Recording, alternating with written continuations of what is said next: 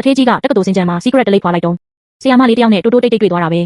ဲတထေးကြီးကသူမကိုပထမဆုံးအကြိမ်မြင်ကလေးကချစ်မိသွားတာပေါ့ဒါပေမဲ့မိန်းကလေးကသူ့ကိုမော့ကြည့်ုံလေးပဲပြီးတော့အမြန်ထွက်သွားတယ် secret တောက်တဲ့သူတွေကမုန်းဆုံးပဲတထေးကြီးကြတော့ခေါင်းငုံပြီးပြုံးယုံကလွဲလို့ဘာမှမတတ်နိုင်ဘူးလေခဏလေးတွေ့ပြီးပျောက်သွားမယ်လို့ထင်တ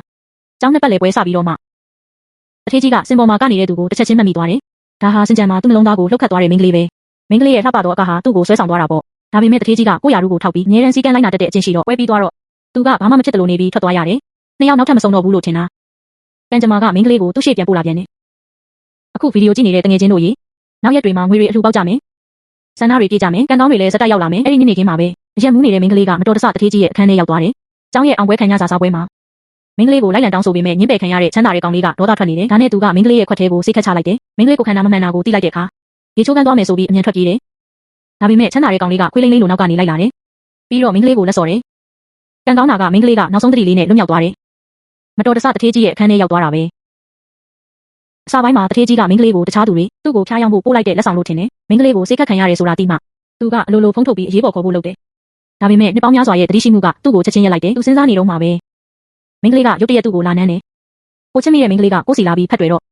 ့တထေးကြီးကကိုယ့်ရဲ့ဆန္ဒကိုမထိန်နိုင်တော့ဘူးဒီလိုနဲ့အဲ့ဒီညမှာနှစ်ယောက်သားတညတာရှိခဲ့တယ်နောက်နေ့မနက်စောစောမိန်းကလေးတတိယလာတယ်သူမမင်းညကဖြစ်ခဲ့တာတွေကိုလုံးဝလက်မခံနိုင်ဘူးတထေးကြီးလည်းဘာမှမတတ်နိုင်တဲ့ညနာနဲ့မင်းညကမိန်းကလေးကအရင်လာနမ်းတာပဲကိုကိုလူဆိုးလိုဖြစ်သွားတယ်လို့ပဲတထေးကြီးကမိန်းကလေးကိုဘသူညင်းစေတာလဲလို့မေးတယ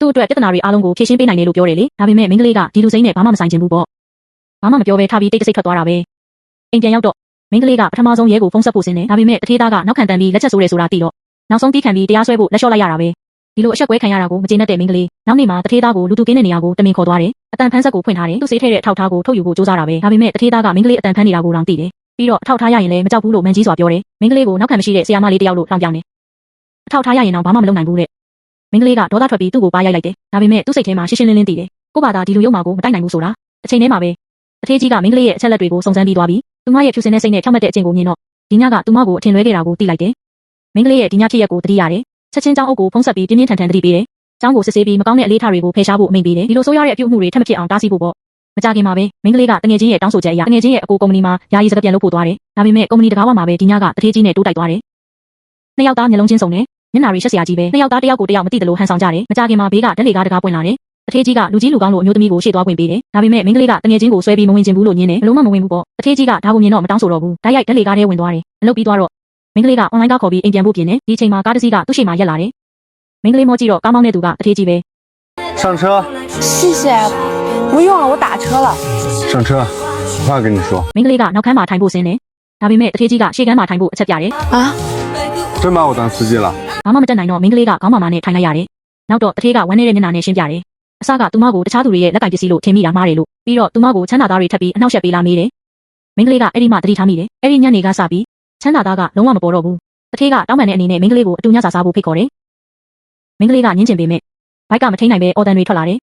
ယ်ဘာမှမတက်နိုင်တော့မိန်းကလေးကလက်ခံလိုက်ရတယ်ကားပေါ်ကဆင်းပြီးတော့သူမကဒီစားတောက်ဆိုင်ကသူတို့နှစ်ယောက်အဲ့ဒီညနေတွေ့ခဲ့တဲ့ဟိုတယ်ပဲဆိုတာတွေ့တယ်ဒါကမိန်းကလေးကိုတော်တော်လေးရှက်သွားစေတယ်တထေးကသူမရဲ့စိတ်မသက်မသာကိုသတိထားမိတယ်ဒါနဲ့စိတ်ရှည်ရှည်နဲ့ရှင်းပြတယ်ရိုးရိုးလေးထမင်းစားရုံပဲလို့သူမရဲ့စိုးရိမ်မှုကိုဖြေလျှော့ပေးလိုက်တယ်ထမင်းစားတော့ကနှစ်ယောက်စလုံးကိုယ်စိတ်ကူးနဲ့ကိုတထေးကသူမကတကိုယ်လေးလားဆိုတာတွေ့ဝိုက်ပြီးမေးတယ်မိန်းကလေးလည်းတထေးရဲ့နောက်ခံကိုစမ်းမေးတယ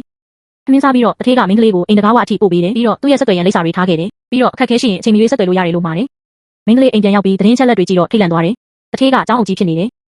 ပြီးတော့နာမည်ကြီးကုန်တယ်ကြီးများအတင်းရဲ့အတွင်းရေးမှုချုပ်လည်းဖြစ်နေတယ်မိန်းကလေးချက်ချင်းစိတ်ရှုပ်သွားတယ်ကိုလူကြီးတယောက်နဲ့ပတ်သက်မိပြီလို့ထင်သွားတယ်တထေးရဲ့အောင်မြင်မှုနဲ့အသက်အရွယ်ကိုကြည့်ပြီးမိန်းကလေးကသူကအိမ်အောင်ကြနေပြီလို့ဆုံးဖြတ်လိုက်တယ်ချက်ချင်းပဲနောက်နေ့ကစပြီးသူနဲ့လုံးဝမဆက်သွယ်ဖို့ဆုံးဖြတ်လိုက်တယ်ဒါပေမဲ့ကံကြမ္မာကကြိုတင်ပြီးသတ်မှတ်ထားပြီးသားပဲနောက်နေ့မိန်းကလေးအဖွားနဲ့အတူအိမ်လေသွားတော့တထေးနဲ့ထပ်တွေ့တယ်အဖွားကမိတ်ဆက်ပြီးတော့မှသိရတယ်တထေးကသူမအဖွားရဲ့တငယ်ချင်းကြီးရဲ့ညီကြီးဖြစ်နေတယ်တထေးရဲ့အဖွားလည်းမိန်းကလေးကိုအရန်သဘောကျတယ်သူတို့နှစ်ယောက်ကိုအတူတူဖြစ်အောင်လုပ်ချင်တယ်မိန်းကလေးရဲ့မုန်းကမြေပေါ်ကျသွားတာကိုမြင်တော့အဖွားကကောက်ပြီးညီကြီးကိုစားခိုင်းတယ်တထေးလည်းမယုံမုန်းပဲချက်ချင်းပါဇက်ထဲထည့်စားလိုက်တယ်အဖွားကြီးကအင်မတန်ဝမ်းသာသွားတယ်ပါဇက်ကနောက်စိတ်အထိကားသွားတယ်ညစာစားတော့ကအဖွားနှစ်ယောက်ရဲ့စကားပြောမှုတိုင်းအောင်မှာမိန်းကလေးကတထေးကတကူတည်းဆိုတာသိရတယ်原来他没结婚还好明破坏别人家庭在高兴什么高兴我还未婚吗ညစာစားပြီးတဲ့အခါအဖွားကသမီးလေးကိုအိမ်ပြန်ပို့ဖို့တထေးကိုအမိန့်ပေးတယ်ကားရက်လိုက်တာနဲ့သမီးလေးကစိတ်မရှိပဲကားပေါ်ကဆင်းပြီးမြင်းမြန်းလျှောက်သွားတယ်ဒါပေမဲ့တထေးကချက်ချင်းပဲခေါ်လိုက်တယ်许月昭让我对你负责ရုတ်တရက်ဝန်ခံတာကသမီးလေးကိုဘာလို့ရမှန်းမသိဖြစ်သွားစေတယ်သူမကကိုတာမန်ပဲလို့ထင်တယ်ထူးချွန်ပြီးတောက်ပတဲ့တထေးနဲ့မထိုက်တန်ဘူးလို့ဒါကြောင့်ရှင်းရှင်းလင်းလင်းညင်းပယ်လိုက်တယ်ဒါပေမဲ့ထွက်သွားပြီးတဲ့နောက်မှာသမီးလေးကနောင်တတွေပြည့်နေတယ်အချိန်ချင်းတထေးစီဖုန်းဆက်ချင်ပေမဲ့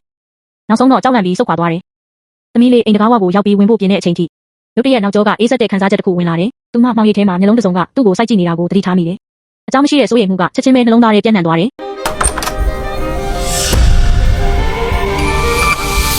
点击左下方观看全集。